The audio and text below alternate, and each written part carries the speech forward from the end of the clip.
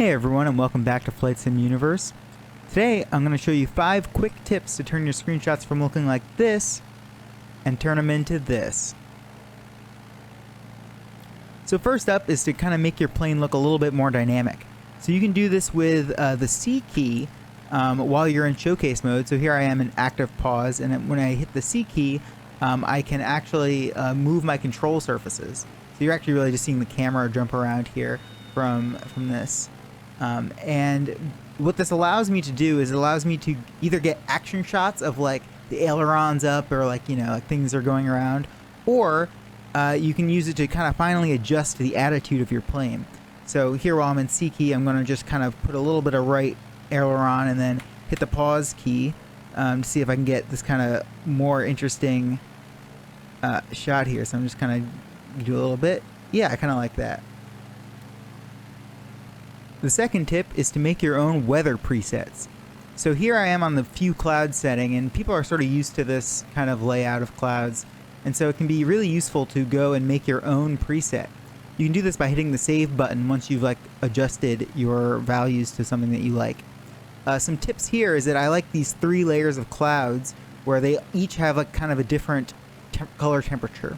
And so one way I've learned is that you can intersect cloud layers here.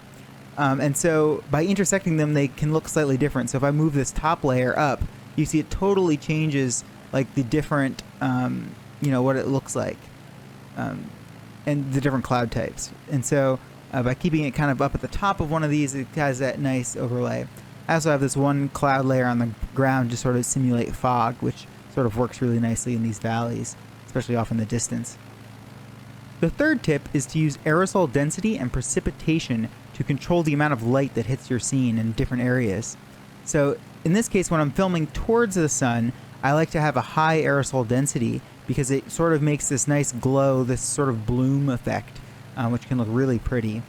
If I jump to the other side of the plane, which I'll have a video on how I do this and maintain all my camera positions, so make sure you're subscribed.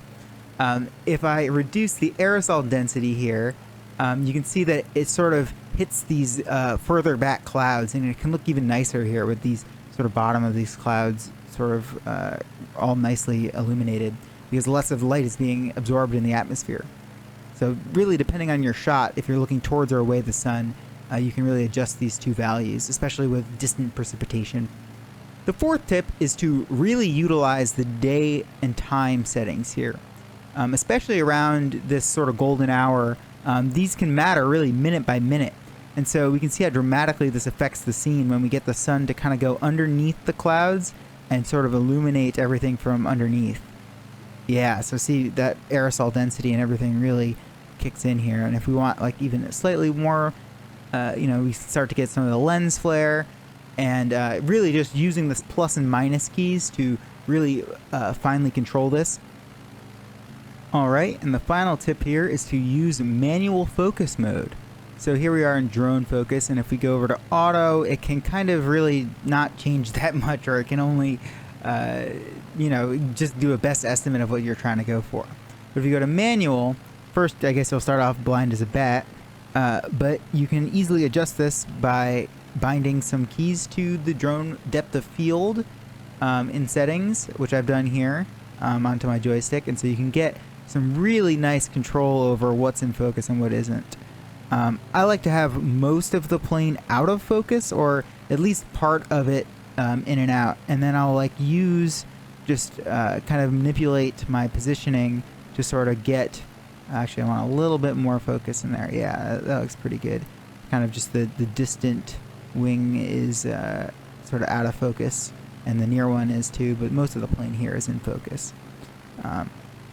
And so I'll use this shot now for my final thing. So I'll just close this out.